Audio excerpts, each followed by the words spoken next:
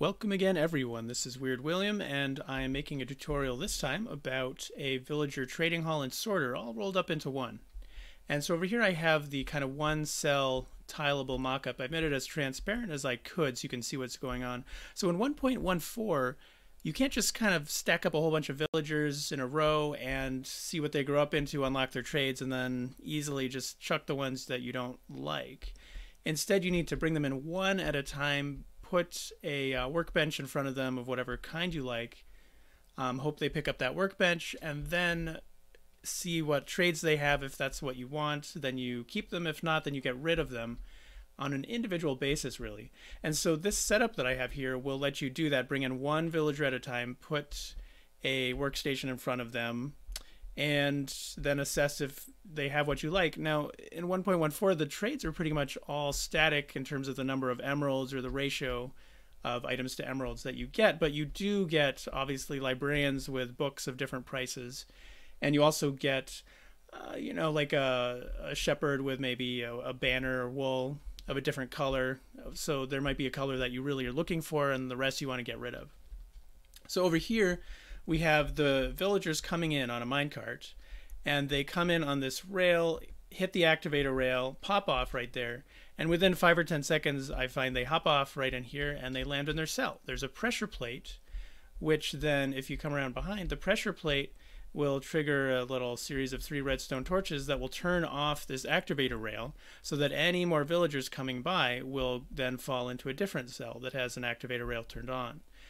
And over here, I don't know if this is completely necessary, but I've put this magma block down here so that if you don't want the villager anymore, you open it up, you open the trap door, and then they'll just kind of wander out on their own, or you can put a workstation in front of them that they'll want to come out and walk to and work on. And they'll just fall right in and die, and there's no need for you to actually hit them or kill them, which now with the new reputation changes may be a factor. So if you want to avoid that, you can just have them fall in this magma block. Otherwise, you may be able to just kill them with a sword if you like, and that may not affect anything. But we'll kind of see. That's still up in the air. Alright, so here's my little trading hall. It's only going to have 5 villagers in it. It has 5 cells. Over here you can see, let's say, here's a librarian that we really like his trade. And so we're going to keep that guy. And there's 4 other cells that are empty and ready to receive a villager for sorting and evaluation. So you can see above this librarian, the activator rail has been turned off because he's on that pressure plate. And so any incoming villagers will not be deposited in this occupied cell. They'll be deposited somewhere else. And so to get one coming in at a time, so then you can put the workstation in front of them, unlock their trade, see if you like that one, and then keep it or get rid of it, I've put this setup here where you have a button right by your trading hall that you push, and that will release one villager into the system. And so since in Minecraft 1.14, if the villager doesn't have a profession yet and is within 48 blocks of any kind of workstation, like a barrel or a composter or a lectern, if anything like that is within 48 blocks of them, they can pick that right up. So over here I have this set up. I know it looks kind of crazy and complex maybe, but I'll walk you through it. So you have a breeder over here. I haven't included that. The breeder's dropping the babies in here. And since this system only works for adult villagers, I have this set up where you can keep this closed, collect a bunch of villagers up here, and then drop them into the lower cell, close it back up again, and then wait for these all to turn into adults so you don't have any babies in the mix gunking up your system. And if you have any more babies getting bred dropping in there, they'll stay up there. The adults are down here. So when you push the button, it sends a signal through this wire and triggers the dispenser to dispense one minecart and pick up one villager, and the villager will pop off over here. And as the cart is returned automatically, it comes back over here, hits the cactus, falls in the hopper, falls back into the dispenser, and you're ready to go. So you really only need one minecart for this whole system, which I think is a plus because in 1.14, again, we'll see, but the iron farms don't look like they're going to be as good as they used to be. You may not be rolling in iron like the good old days. So let's give this a try. Let's push the button. You can see a cart was dispensed. Here comes the villager. So since he's coming from that direction, he should get knocked off by this activator rail here. Yep, and he falls right in. And he's on that pressure plate, and that activator rail is turned off. So here he is. So let's say we want this to be our librarian section of the trading hall. Let's put another lectern there. and boom, he's a librarian. You can unlock his trades. You can see if you like him. If you do, you keep him. You just leave it like it is. That's his lectern. He'll be bonded to it. And there you go. You got 2 librarians. If you don't like that guy, then what I think is best is you put a half slab there, you break this, and you open up that trapdoor in that order, and then you break that half slab. And then, you know, sometimes they just hop right out. Sometimes they don't, and you kind of have to sneak another little workstation there. And they say, oh, yeah, I'd like to go there. And then they fall in. And so this way you're not potentially losing any reputation by punching anybody, by killing anybody. I don't know if they can spread gossip that far, but who knows. So then you cover that up, close the trap door, and you're ready for another one. And it's really that easy. You definitely want to make sure that you only have one workstation for one villager at a time. And when you get a new villager, you put in the workstation, you wait for them to change, and then you evaluate their trades. If you put one in here and he doesn't change yet, and then you put in another villager and you put in, you know, a different workstation there, then the villager over here might pick up that workstation, and he's not going to be able to get to it. He's not going to be able to get to it to unlock his trades twice a day like they're supposed to be able to now. And so you really have to do it one at a time if you want to have them lined up nicely in these cells, or you can put a sign up that lists, you know, what trades they have. So let's show you how to do it. Well, first let me just point out that, so the way I've set it up here, the cart will just automatically return. It'll hop right back onto this rail going this way, the opposite direction, while preserving the villagers obviously arriving the way we'd like them to as well. So, you know, obviously you can set this up. You can have the rail come in front or on top or however you like it, but this is kind of the general outlay that I have for a pretty automated system where you just push the button, the villager comes, he falls in a cell, the cart is returned and is ready for the next villager. So yeah, at this point, let me show you how to make this thing. All right, so why don't we build 3 villager holding cells? And like I said, this is tileable, so you can build as many as you'd like, as long as you'd like. And so let's dig down 3, dig down 2, and skip a block and dig down 1. The villager will be standing right here, and you'll be facing it this way. And for the next cell, dig down 3. Whoops, dig down 2, dig down 1. 3, 2, and 1. And we want a redstone torch over here, and then against the back of this block. Put a stone pressure plate, and the magma blocks down in the bottom of the deepest hole. Again, if you think you can kill the villagers without losing that reputation, then you don't need this part. And then we'll cover this up on top and put the trapdoors right here. I like to use oak trapdoors because even in 1.13, non-oak trapdoors were having pathing issues with some mobs, but the old school oak trapdoors were having mobs get fooled every time, and they would fall right in even when the trapdoor was open. Now we're going to cover this up back here. And yeah, and the reason we have a redstone torch under this block is because that locks the trapdoor so that it's only going to open and close manually. It's not going to be linked or activated by these pressure plates next to them. So then if you have some, you know, noob in your server who comes and destroys a lectern right in front of the villager, it's not just going to walk out and fall right in the hole and die. This way there's a little bit of security, so you have to actually open it to have them fall in. Alright, and then back here we'll put a redstone torch on the back of each block by the pressure plates, and so the redstone torch underneath is turning this off now. And let's build 2 up on top of this, so it's 3 high. This surface will have the rail on top of it, and then we'll put in a block in the middle here and put a redstone torch on top like that, so that it's above the ones down there, and then a block on top of that level.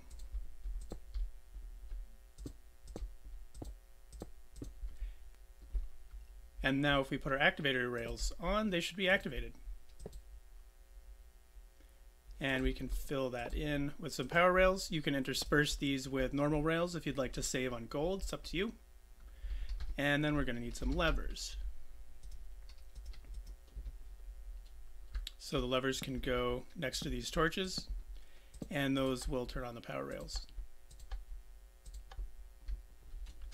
And so that's pretty much the redstone of it. Now if I step on this pressure plate and pop up, you'll see it's off and then turns back on when nobody's there. So let's go ahead and fill this in.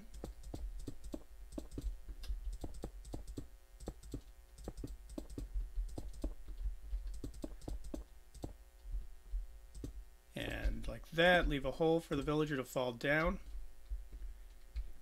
And so we can put the half slabs right there. That way, when the villager falls in, he's not going to be coming out right away. He's blocked, and you can put some kind of workstation right there, and then you can see through here and see if the villager has actually taken up that profession. Over here, I like to use glass just so I can see when the villagers are coming through. But you can use whatever you'd like, and once you're done with your trading hall, this can all be out of sight. You know, up above the ceiling or whatever. But still there in case you want to replace any villagers later. Over here you can put glass against this back lane of blocks over the rails if you'd like, but I like to use half slabs. Maybe just saves a little bit of resources. And the villagers will not be suffocating in it. And then with the half slab up there, as soon as it pops off on that activator rail, on top of the rail is really the only place it can pop off. It can't come on the sides, and then the only place it can go is down that hole, right where you'd like it to be. So this is the setup. Now let me show you how to make that cart return system to bring the villagers in and return the cart automatically. Okay, so you've picked out a spot about 50 blocks away for your breeder and your villager collector, and now you want to extend out from one side of your trading hall. So let's say 1, 2, skip a few, 49, 50. Let's call that 50 for the purposes of this tutorial. And down where you want the collector, you want to stick a block, and then over here is where the villagers will be picked up. So you want to do a power rail, a regular rail, and then put 1 block up, 2 blocks up, and 3 blocks up.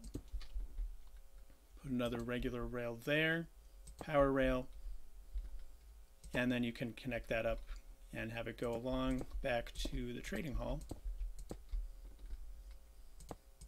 To bring the cart all the way back, you're going to want about 1 power rail after each 5 regular rails, but let's just put regular rails here for now. And power these up. And then you'll want a dispenser up against this power rail on top here. Switch will dispense the cart, it'll come down, pick up the villager, and it'll have enough momentum to go all the way over. If there's no villager, the cart will just idle here and not come all the way up to this power rail, and just go back down, up and down constantly until there's a villager there. And then you want to connect this up to your activator, you know, your button or whatever you have over there. So let's stick a repeater back there. Some redstone dust. And bear in mind you can only have 15 redstone dust in a row before you need another repeater to keep that signal going. And so you just want to send that back all the way to, you know, your button or whatever you have back here.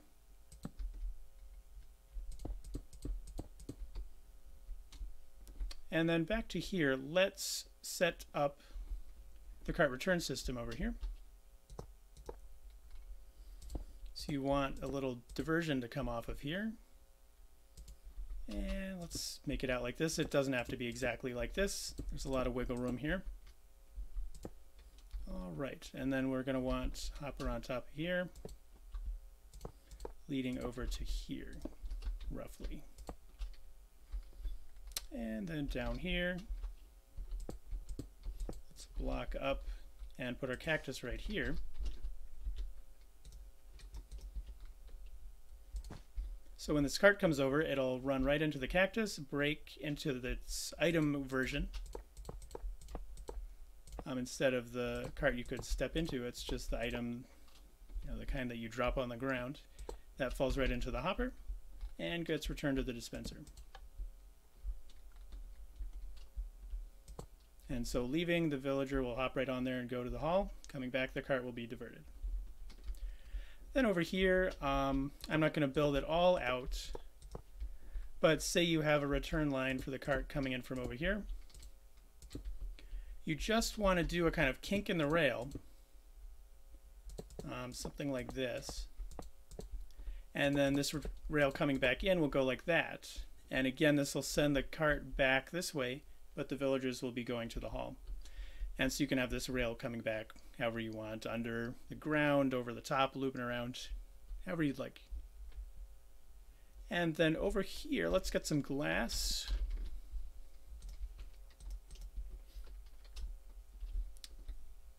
And so we want a diagonal gap right here.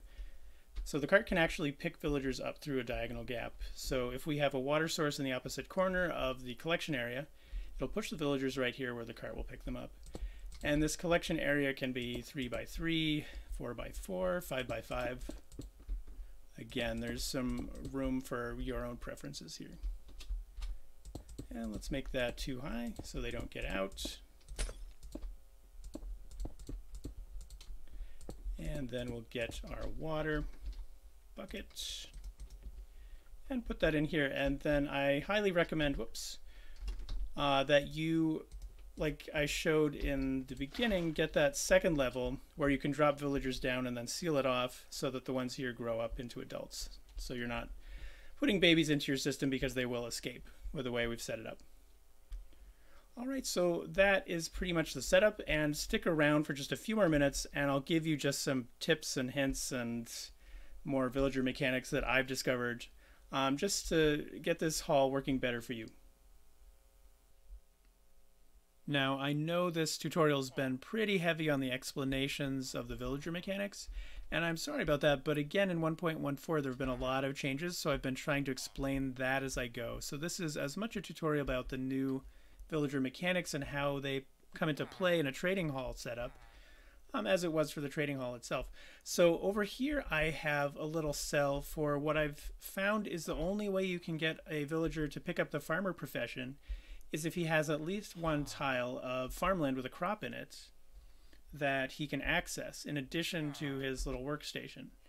And so if you try to put a villager in here and then just put the composter right in front of them, he's never going to turn into a farmer. It seems like he's always on the pressure plate, so you could still use this setup with the design I've had. Even when he goes over there, he's still putting pressure on the plate. But again, you'll have to set up something different if you want a farmer section of your trading hall. And it looks like there may be a setup similar to this, maybe with a water source block for a fisherman, although that's still up in the air as of this snapshot. And there may be other requirements for other types of professions. So you saw the librarian instantly just pick up the profession when I put a lectern in front of it, but that's not going to necessarily hold true for every different kind of villagers. So that's kind of a moving target as we see more and more snapshots coming out. And really I'm planning to make a version 2 of this once all of those mechanics are settled. So look for that in the future. The one other suggestion I'd make is that maybe you just put a layer of blocks in front here. I didn't put that in the main tutorial, but I think that will be helpful for you. Just have that one extra layer of protection of, a block penning in that villager. I've made a lot of trading halls, and I usually had them in the past sitting in minecarts, so even if a block or two is broken around them, they would be fine. They wouldn't be going anywhere. But just having the one workstation in front of them kind of makes me nervous. You can still access them over here. So something to consider. Maybe you could put some carpet on it, make it look nice. But that's one design to consider. The one last thing I'll mention, again, having made a lot of trading halls, maybe on one end or the other of your hall, with that last cell as you're surrounding it with the building, or maybe you're building it into a mountain, you might be tempted to leave a little gap in here and then cover it up with some other thing on the outside. Whatever, concrete or whatever you want to put on the outside. But if you do that, zombies will spawn in there eventually, and they will be able to hit your villager through that diagonal gap. Just like minecarts can pick up villagers through a diagonal, zombies can also hit villagers through that diagonal space. And even if you have a single gap, like this, a baby zombie will eventually spawn and kill your villager. And I've had that happen. It took me forever to figure out what was going on. So you really want to make sure that they're, you can have solid blocks all around every villager without any of these diagonal gaps with a dark space. And I'd say that's my last tip. So with that, thank you so much for watching, and I hope this helps you understand villagers going forward into 1.14. And again, watch for the version 2 once we figure out more about all these villagers.